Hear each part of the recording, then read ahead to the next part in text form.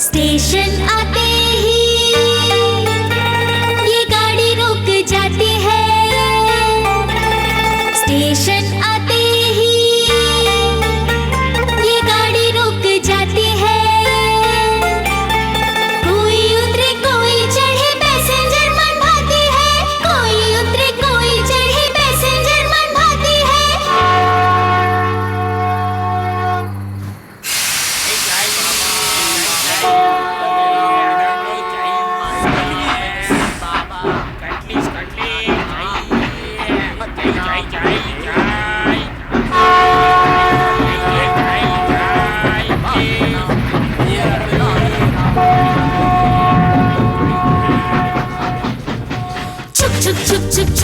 चुक गाड़ी चलती जाए।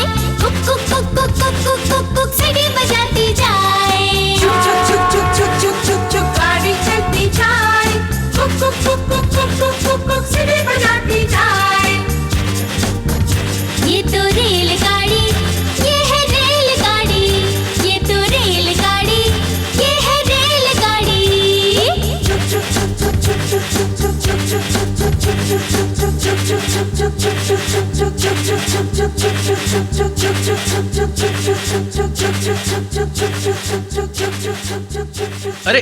अरे सेठ जी, गाड़ी तो छूट रही है। ओहो, गड़बड़ हो गई पटेल। हाँ? 5 बजे की गाड़ी पकड़नी जरूरी थी। तो उपाधि आवी। सेठ जी, वो कैसे? मोटा भाई का ये काम है। टाइम पर अगर काम नहीं हुआ तो डांट खानी पड़ेगी। हाँ सेठ जी, उनका काम कैसे भी करना ही है। मुझे तो उनसे बहुत डर लगता है। तुमसे ज्यादा तो मैं डरता हूँ। अब क्या करें? पटेल, हाँ पटेल, हम चलते हैं। चलो। जी सेठ। लेकिन यहाँ से 11 माइल चलना होगा। कोई दिक्कत नहीं सेठ, चाय नाश्ता भरपूर किया है। हाँ, पटेल, हाँ? पास में 1000 रुपया है, उसको भी तो संभालना है। हाँ सेठ जी, सब ठीक हो जाएगा। हाँ, तो फिर चलने के लिए तैयार हो? जी सेठ। चलो।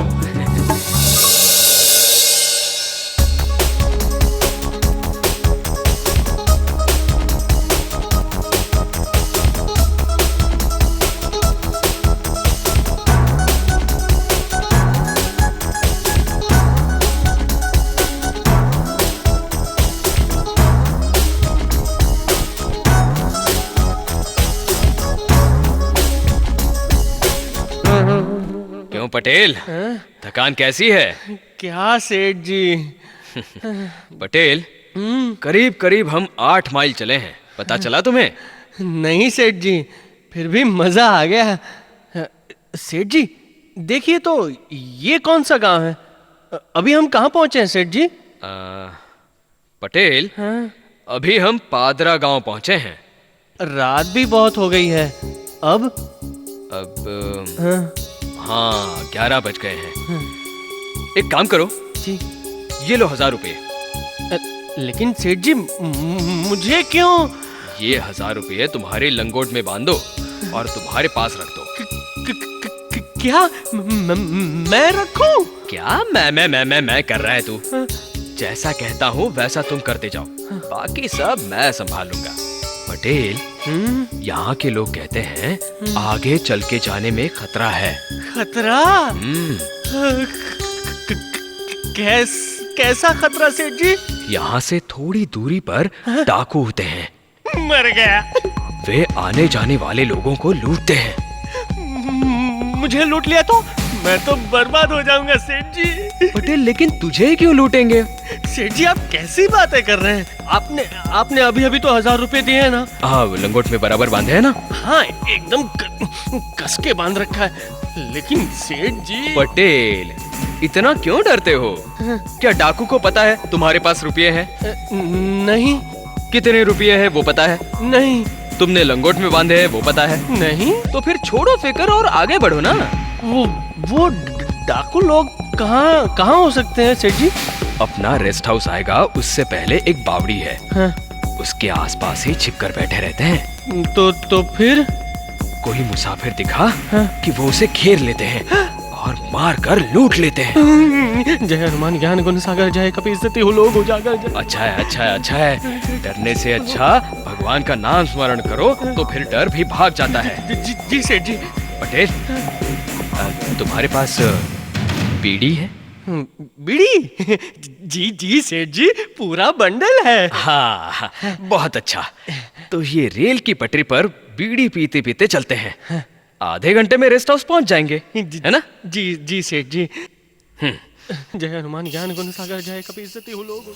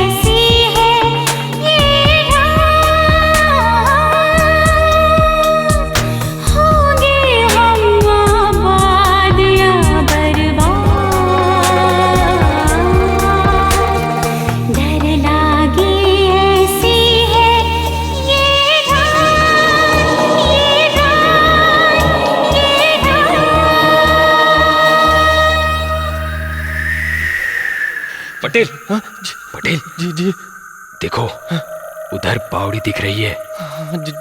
जी सेठ जी, दिख रही है। वहीं कहीं डाकू छुप कर बैठे होंगे। अरे सेठ जी, आप क्यों डरा रहे हो? अरे तुम तो बहादुर जवान हो, 3-4 डाकुओं को तुम यूं ही चित कर सकते हो। सेठ जी, मैं कभी डाकुओं से भिड़ा नहीं। मेरी तो धोती छूट रही है और आप उससे भिड़ने की बात कर रहे हो? जबरी हिम्मत से तुम्हारा मा सेठ जी। हिम्मत मर्दा तो मदद खुदा। जी सेठ जी, जी वो तो है। पटेल, पटेल, उधर देखो, वहां कोई बैठा है। जी सेठ जी, उधर कोई है ऐसा लग तो रहा है। हाँ, तो चलो, चलो उसके पास जाते हैं। उसके पास क्यों? न जान न पहचान। बीड़ी सिगरेट पीने वालों को जान पहचान की जरूरत नहीं रहती। तुम्हारी ये छोटी सी बीड़ी बहुत बड़ा काम करेगी। चलो। सेठ जी, बीड़ी जलाएंगे कैसे? डिबिया की सारी तीली तो खत्म हो गई है। शायद उनके पास आग मिल जाए और हमारा काम बन जाए। सेठ जी, आग मिल जाएगी नहीं, आग लग जाएगी। रहने दीजिए सेठ जी, बहुत अंधेरा है। बहुत अंधेरा है, इसलिए पटेल तुम मेरे पीछे पीछे चलते रहो। पीछे। अब ये रेल की पटरी से साइड में स्लोप है, हाँ है। वहां से उतरते हैं। जी सेठ जी, राम राम राम राम राम राम राम राम राम राम राम राम राम। अरे कहाँ से आया रे? वहां से। अरे क्या बताएं भाई साहब, पास में टिकट के पैसे नहीं थे तो वहां से चलते चलते यहाँ आ गए। रास्ते में ये भाई साहब भी मिल गए, तो हमने सोचा चलो एक से भले दो, बीड़ी पीते पीते रास्ता कट जाएगा। वैसे ये बहुत डरपोक है। इसने कहा कि यहाँ चोर डाकुओं का बहुत डर होता है। इतने में आप दिख गए तो थोड़ी घबराहट कम हो गई। चलो, हम अकेले तो अकेले नहीं हैं, कोई तो हमारा साथी है। लो, ये लो बीड़ी पियो। नहीं। तो बीड़ी सिगरेट जलाने के लिए थोड़ी सी आग मिल जाएगी। ये ले, आगे जाकर जलाना। हाँ हाँ ठीक। चलो अब चलते बनो। अरे बीड़ी तो जला ले। ज्यादा होशियारी नहीं, चल जल्दी चलते बन। हाँ ठीक है, अब चलो भाई, चल चल। हाँ?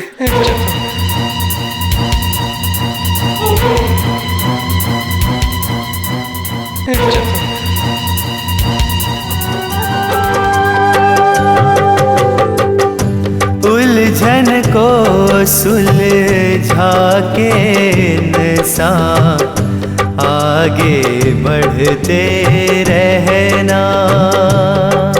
हो उलझन को सुलझा के इंसान आगे बढ़ते रहना। जीवन एक नाटक है, जीवन एक नाटक है, नाटक करते रहना, नाटक करते रहना। उलझन को सुलझा के इंसान आगे बढ़ते रहना। हो उलझन को सुलझा के इंसान आगे बढ़ते रहना। ओह सेठ जी कहाँ से आ रहे हैं? हाँ पटेल जी, बताओ तो इन्हें कहाँ से आ रहे हैं हम? वहां से।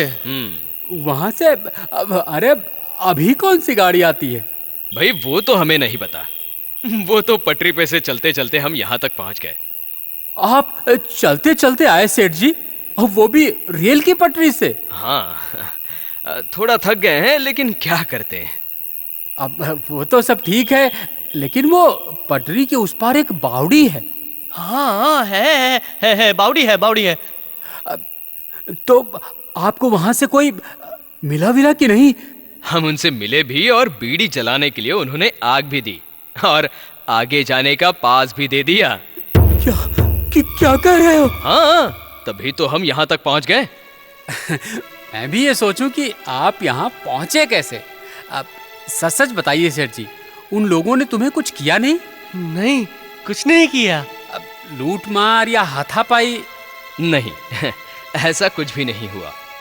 उन्होंने हमें ना लूटा ना मारा, सीधा आगे जाने के लिए कहा। मतलब कि हमें आगे जाने का पास दे दिया। वे तो अपनी जबान में डांट डपट रहे थे, तू ता करके बोल रहे थे, ए चल उठ, यहाँ से चलते बन वगैरह कह रहे थे। सचमुच चुपचाप जाने दिया? ये तो गजब हो गया। हाँ, उन्हें लगा होगा कि ये बला कहाँ से आ टपकी, जिसके पास टिकट के पैसे नहीं है, ऐसे लोगों से क्या मिलेगा। फिर हमने बीड़ी जलाने का थोड़ा सा नाटक किया। क्या नाटक किया? हाँ, मुझे पता था थोड़ा सा नाटक करूंगा तो ये लोग हमें आगे जाने देंगे, इसीलिए जानबूझकर हम उनके पास गए। वाह वाह सेठ जी, क्या आपने नाटक किया। डाकुओं को अच्छा झांसा देकर आए हो। आपको डर नहीं लगा? अरे जो डर गया सो मर गया, बस नाटक करते जाओ। ये जगत भी एक नाटक ही है, सबके साथ नाटक करते करते आगे बढ़ने का। अब सेठ जी, आप बड़े हिम्मत वाले निकले। कोई दूसरा होता ना तो जरूर फंस जाता। सेठ जी, हाँ। रुपए तो सलामत है ना? अरे सर सलामत तो पगड़ी हजार। वो रुपये तो पटेल की लंगोट में बंधवा दिए थे। पटेल और पटेल के कपड़े देखकर उसके पास कोई भटके भी नहीं। लेकिन सेठ जी, आपके कपड़े तो एकदम इस्त्री टाइट। हाँ, मुझे शायद लूट सकते थे, मगर उससे मिलता क्या? मांगता तो मैं मेरा कोट निकाल कर दे देता। मैंने मेरी कोट की जेब में 10-20 रुपयों का चिल्लर रखा था। इतना सारा चिल्लर? अरे वो लोग लूटमार की इतनी मेहनत करें तो उनके हिस्से कुछ तो आना चाहिए ना। उसके बाद भी अपने 1000 रुपये तो बच ही जाते। वाह हम्बालाल सेठ जी, आपने तो गजब कर दिया, कमाल कर दिया। क्या आपका दिमाग और क्या आपकी हिम्मत, उसके लिए आपको कोटि कोटि वंदन। क्यों पटेल जी अब सारा डर निकल गया ना? जी सेठ जी, निकल गया। सेठ जी, हाँ? हाथ मुंह धो लीजिए, मैं अभी चाय बना कर लाता हूँ। उसके बाद आपका जो काम है ना वो कीजिए। चाय भी बाद में और काम भी बाद में। सबसे पहले थोड़ा आराम करना चाहते हैं। जी सेठ जी, गद्दी वद्दी सब तैयार है, सारी थकान दूर हो जाएगी। पटेल की जय हो। सिर्फ पटेल की नहीं, अंबालाल पटेल की जय हो।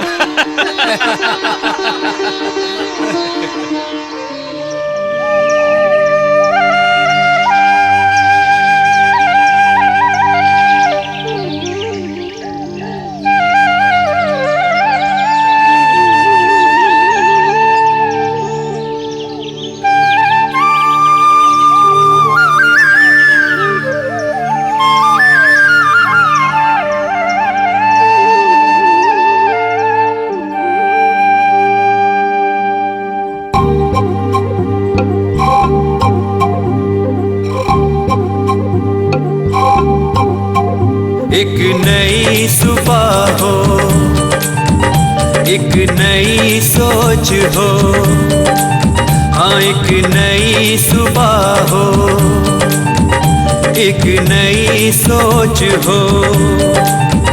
व्यवहार के संग संग हमेशा प्रभु स्मरण की गूंज हो। व्यवहार के संग संग हमेशा प्रभु स्मरण की गूंज हो। एक नई सुबह हो, एक नई सोच हो, एक नई सुबह हो, एक नई सोच हो।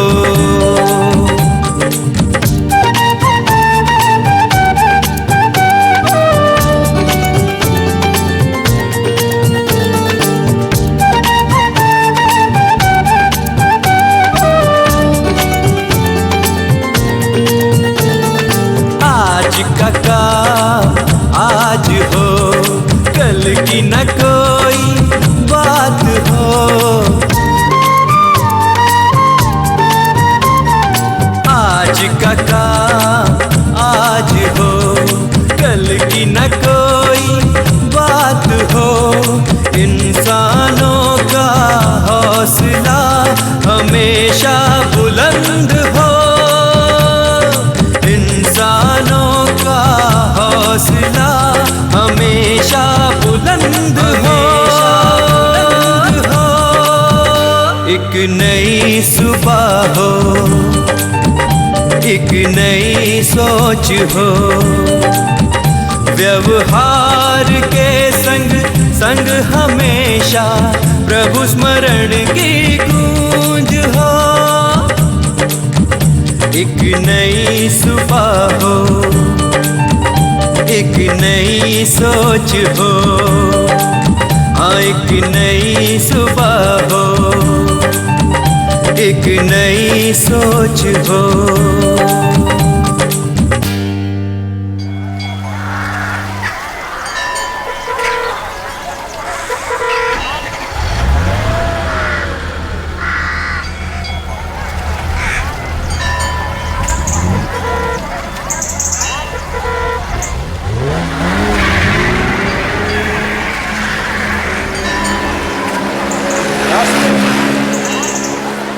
अरे अरे पटेल, देखो बस चली गई। बस चली गई। हाँ, 1 मिनट के लिए बस चूक है, इसीलिए हम इसे विषाद का स्थान कह सकते हैं। अब पूछो दूसरी बस कब आएगी? दूसरी बस कब आएगी? दूसरी बस 1.5 घंटे के बाद आएगी। पटेल जी। बस की राह देखे बगैर अब चारा नहीं है। इससे जबरदस्त रिवॉल्यूशन होगा। अंदर मशीन शुरू, अंदर भांजगढ़ कितनी होगी क्या पता। मतलब? ऐसी परिस्थिति में मजदूर को 50 तरह के ख्याल आते हैं और हम जैसों को 5000 ख्याल आते हैं। अब क्या करें क्या करें? सेठ जी, हैं? आप इधर उधर कब तक घूमते रहेंगे? बैठ जाइए यहाँ। क्या बैठे पटेल, ऐसे इंतजार की घड़ियों में कोई गद्दी पर भी बैठा है ना, तो वो भी कांटे की तरह चुभेगी। ये 1.5 घंटा 20 घंटे जैसा लग रहा है। सेठ जी, कुछ भी कहिए, लेकिन इंतजार तो करना ही पड़ेगा। ये इंतजार करना सबसे बड़ी फुलिशनेस है। ऐसे में हम क्या कर सकते हैं सेठ जी? अपने आप को बिजी कर सकते हैं। हैं? हाँ, अपने आप को दूसरी ओर मोड़ दो, दूसरी बातों में ध्यान दो, क्योंकि राह तो देखनी ही है। हाँ, इसके सिवा कोई चारा भी तो नहीं है। इंतजार बोझ ना लगे, इस प्रकार काम में मन लगाओ। यहाँ काम? यहाँ क्या काम कर सकते हैं सेठ जी? बट्टे, अरे काम तो बहुत सारे होते हैं। अभी अपने मन को काम पर लगाते हैं, चलो।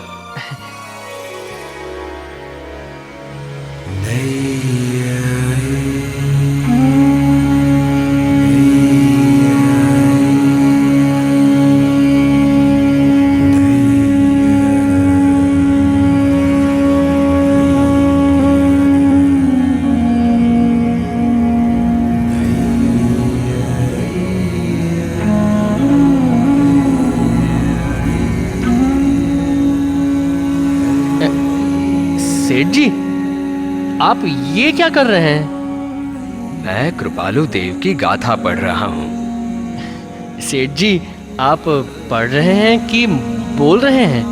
बोलना तो रटा हुआ हो जाता है, उसमें हमारा मन नहीं लगता, ठीक से ध्यान भी नहीं रहता, चित्त इधर उधर भटकता रहता है।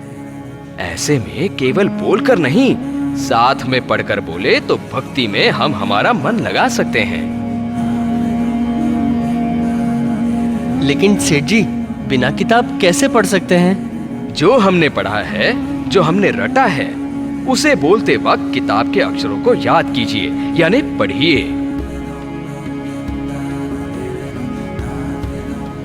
ऐसा करने से भक्ति में पावर बढ़ता है। ये तो बहुत बड़ी खोज है सेठ जी, रटने का नहीं, पढ़ने का, वो भी बिना किताब।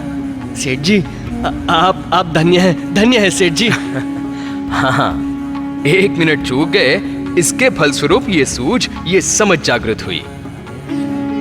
ठोकर लगने से समझ पैदा होती है। जी सेठ जी, ये तो बहुत ही अच्छा मार्ग बताया। यहाँ घूम फिर के टाइम बर्बाद करने का ही नहीं, बस मन भक्ति में लगा देने का। फिर हमारी सारी चिंताएं उनके हाथ में। इससे अच्छा टाइम पास क्या हो सकता है? इसे टाइम पास नहीं कहते, इसे कहते हैं भक्ति के पल, जो हर एक पल भक्ति बन जाती है। इंतजार के हर एक पल सुख का आनंद करवाती है।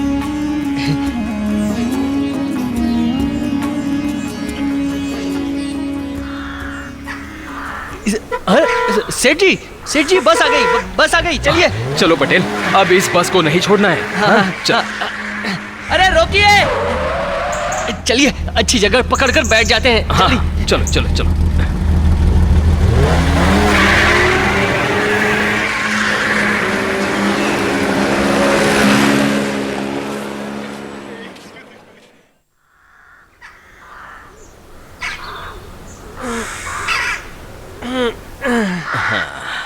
सेठ जी, बस में बैठे बैठे थक गए। अरे पटेल, हैं? हम कहाँ चल रहे थे? चल तो बस रही थी, थकना तो बस को चाहिए। हाँ, अभी तो घर जाने के लिए घोड़ा गाड़ी में बैठना पड़ेगा। घोड़ा गाड़ी में बैठना अच्छा लगता है। अच्छा। गाड़ीवान, 4 पैसेंजर हो गए, गाड़ी चलाइए अब। जी बाबूजी।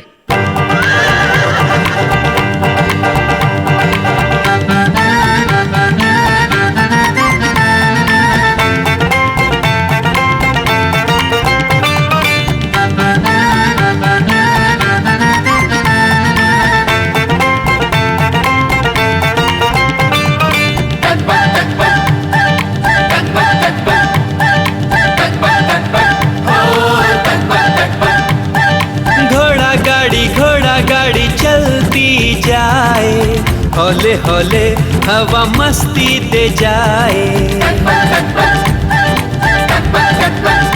ओहो घोड़ा गाड़ी चलती जाए, हौले हौले हवा मस्ती दे जाए।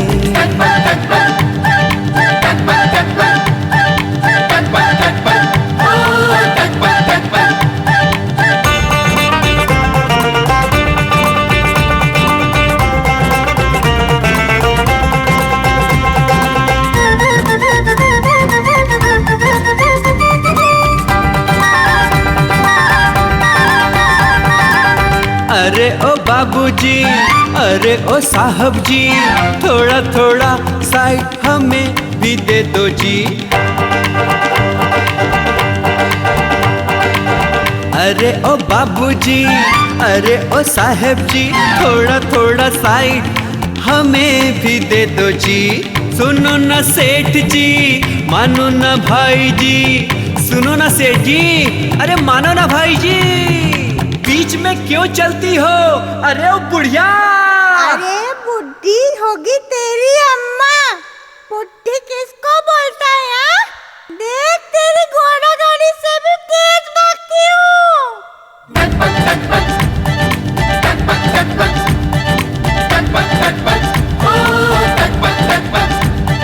घोड़ा गाड़ी चलती जाए, हौले हौले हवा मस्ती दे जाए।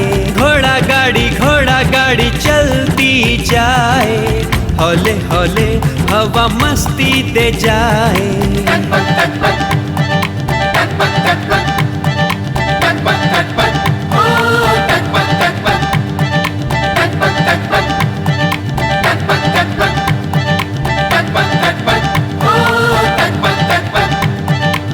आ जाओ बाबूजी, आ जाओ। हाँ, इधर उधर जगह ढूंढकर बैठ जाओ। अरे गाड़ीवान, हैं? आप ये क्या कर रहे हो? क्या हुआ बाबूजी? तुम तो जो भी हाथ दिखाए उसे गाड़ी में बिठा रहे हो। पैसेंजर है बाबूजी, वो लोग दूसरी गाड़ी का कहाँ तक इंतजार करेंगे? हैं? बस जो मिल जाए उसको बैठा देते हैं। आओ। लेकिन घोड़े को पूछा कि तुम इतने सारे लोगों को खींच पाओगे क्या? अरे सेठ जी, इसमें उससे क्या पूछने का है? अरे तुम किस प्रकार के गाड़ीवान हो? इंसानियत जैसी कोई चीज है कि नहीं? आओ देखा ना ताओ, है 2-2 करके 8-8 पैसेंजर बिठा दिए। जरा घोड़े की हालत तो देखिए। हम लोग भी ठीक से बैठ नहीं सकते तो वो ठीक से कैसे चल सकता है? क्यों नहीं चल सकता बाबूजी? हम उसे हरी हरी घास जो खिलाते हैं, हम सबको खींच खींच के उसका दम निकल जाएगा। हाँ? ज्यादा वजन से गाड़ी धीमी हो गई है, इसलिए घोड़ा धीरे धीरे चल रहा है। देखो तो, उसका दौड़ना कम हो गया है। अजी ऐसा कहिए ना, अभी तेज दौड़ाता हूँ। अरे अरे, क्यों बेचारे पर जुल्म करते जा रहे हो? इतना सितम अच्छा नहीं है। इस घोड़े को भी गुस्सा आता है, इसलिए अपने पिछले पैर अगली बैठक पर उछाल उछाल कर पटक रहा है। देखो, ये घोड़ा मन में तो जरूर कहता होगा, मेरा सेठ कितना नालायक है, कहां फंस गया। ये दयावान धनी है ही नहीं, ये तो कोई हत्यारा धनी है। गाड़ीवान ऐसा होता है क्या, जो घोड़े की और अपनी गाड़ी की उसे इतनी सी भी परवाह नहीं है? बस बस, रोको।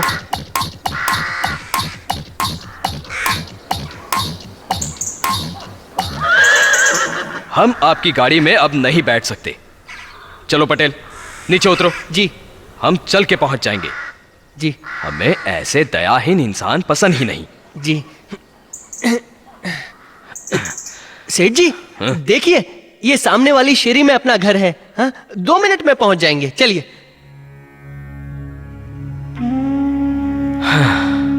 हे प्रभु, शू करो दीन दयाल, हो तो दोष अनन्नु भाजन छु करुणाळ।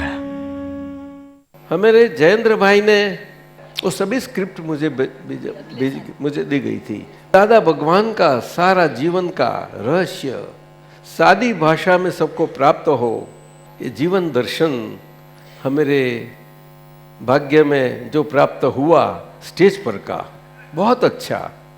तो ये जीवन दर्शन जो हमें मिला, उसमें बहुत अच्छा अपने खुद के जीवन का पाठ, लेसन और सारा बोध, अद्भुत बोध मिलेगा, जिससे जो दादा भगवान को नहीं मिले हैं, मेरे परिचय में नहीं आए, कई लोग हैं, उनको जैसा मालूम होता है वो समझने की कोशिश करते हैं। क्यों इतनी सादी भाषा में इतना गहरा ज्ञान हमें बहुत अच्छा है, तो हमें मिलना है, इच्छा भी होती है, वो सभी को ये लाभ खूब होगा। और यही दादा भगवान का अनुभव अगर हम समझे तो आज ऋषभदेव भगवान से लेके माहिर भगवान तक सभी स्वरूप आ गए। हमारे निकट के काल में राम, कृष्ण भगवान, सभी सारा पूरा अंदर आ गया। मेरा सबको आशीर्वाद है, जीवन दर्शन का खूब लाभ लो, खूब आशीर्वाद है, खूब खूब आशीर्वाद है।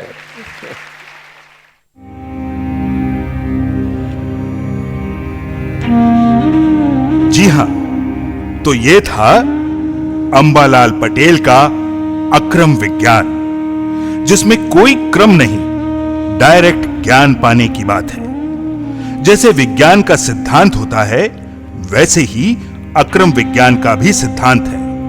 परम विनय, अभेद दृष्टि और लघुत्तम भाव।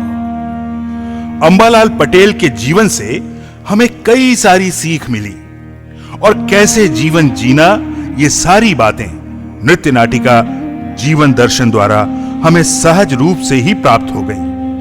जैसे कनु दादाजी हमें प्यारे हैं, वैसे ही दादा भगवान को कनु दादाजी बहुत प्यारे थे। कनु दादाजी दादा भगवान की गोद में पले बड़े हैं। दादा भगवान कनु दादाजी को अपना हृदय मानते थे। अंबालाल पटेल के यहां प्रथम पुत्र हुआ मधुसूदन, और वे थोड़े ही समय में गुजर गए। उसी समय कनु दादाजी का जन्म हुआ। तब हीराबा ने कहा था कि अरे, ये तो गया हुआ मेरा बेटा ही वापस आया है। तो अब आप समझ ही गए होंगे कि कनु दादाजी दादा भगवान का ही रूप है। कनु दादाजी के पिताजी कांति भाई के साथ में दादा भगवान पार्टनर थे। कांति भाई के दिल में दादा भगवान के लिए बड़ा मान था। वे अपने घर के लोगों को कहते थे, ये अंबालाल काका जो हमारे धंधे में हमारे साथ पार्टनर हैं, अंबालाल से ही हमारी श्रीमंताई है, उसी से हम श्रीमंत हैं, धनवान हैं। बाद में कनु दादाजी सिविल इंजीनियरिंग की डिग्री प्राप्त करके कॉन्ट्रैक्टर के धंधे में दादा भगवान के साथ जुड़ गए थे। कॉन्ट्रैक्टर के धंधे में उनकी स्पेशलिटी जेटी बनाने में थी। एलिफेंटा की जेटी, नौशीन की जेटी, रत्नागिरी की जेटी, मारवे की जेटी और भी कई जेटी। एक बार अमृतलाल याग्निक नाम के साहित्यकार ने दादा भगवान से पूछा, दादाजी, आप जो ज्ञान देते हैं वो बहुत उत्तम ज्ञान है जिससे लोगों में जागृति बढ़ती है, लेकिन राम, कृष्ण, महावीर जैसे भगवंत के बाद संसार में चारों ओर अंधेरा छा गया था, तो आपके बाद क्या ऐसा ही अंधेरा छाया रहेगा? अगली पीढ़ी के लिए ज्ञानी कौन? तुरंत दादा भगवान ने कनु दादाजी को बताते हुए कहा, वो कोने में जो बैठे हैं वही मेरे बाद ज्ञानी होंगे। सचमुच सूर्योदय होने वाला हो तब उजाला अपने आप दिखाई देता है, फिर चाहे कितने ही बादल क्यों ना हो, उसे कोई नहीं रोक सकता। ऐसे ही हमारे जीवन में उजाला बनकर आए परम पूज्य कनु दादाजी। एक बार किसी ने दादा भगवान से पूछा था, दादाजी, इस काल में कोई तीर्थंकर है क्या? एक क्षण भी सोचे बगैर कह दिया, चंद्रकांत भाई और कनु भाई भावी तीर्थंकर हैं। तो महात्मा, हम कितने भाग्यशाली हैं कि भावी तीर्थंकर साहेब और ज्ञानी पुरुष हाजिर हैं, परम पूज्य कनु दादाजी। उनके दर्शन करते ही, उनको याद करते ही हमारे बिगड़े काम बन जाते हैं। कनु दादाजी की कृपा से ही मोक्ष मार्ग पर चलने की सुविधा हमें प्राप्त हुई है। ज्ञानी पुरुष की अनुभववाणी प्रगट परमात्मा के दर्शन की अनुभूति करवाती है। दादा भगवान द्वारा हमें कनु दादाजी मिले, ऐसे ही कविराज मिले हैं। कविराज के पद हम जो गा रहे हैं वो दादा भगवान की कृपा का फल है। दादा भगवान कविराज से कहते थे, हमारा जो अक्रम विज्ञान गद्य में है वो पद्य के रूप में आपके द्वारा निकलेगा, जो घर घर गाया जाएगा। और आज हर एक व्यक्ति कविराज के पद गाकर सत्संग का लाभ प्राप्त कर रहे हैं। दादा भगवान ने हमें आप्त पुत्रों की भेंट दी है। दादा भगवान आप्त पुत्र के संग देर रात तक बैठकर सत्संग करते थे, ताकि आप्त पुत्र द्वारा सभी महात्मा में ज्ञान की ज्योति जलती रहे।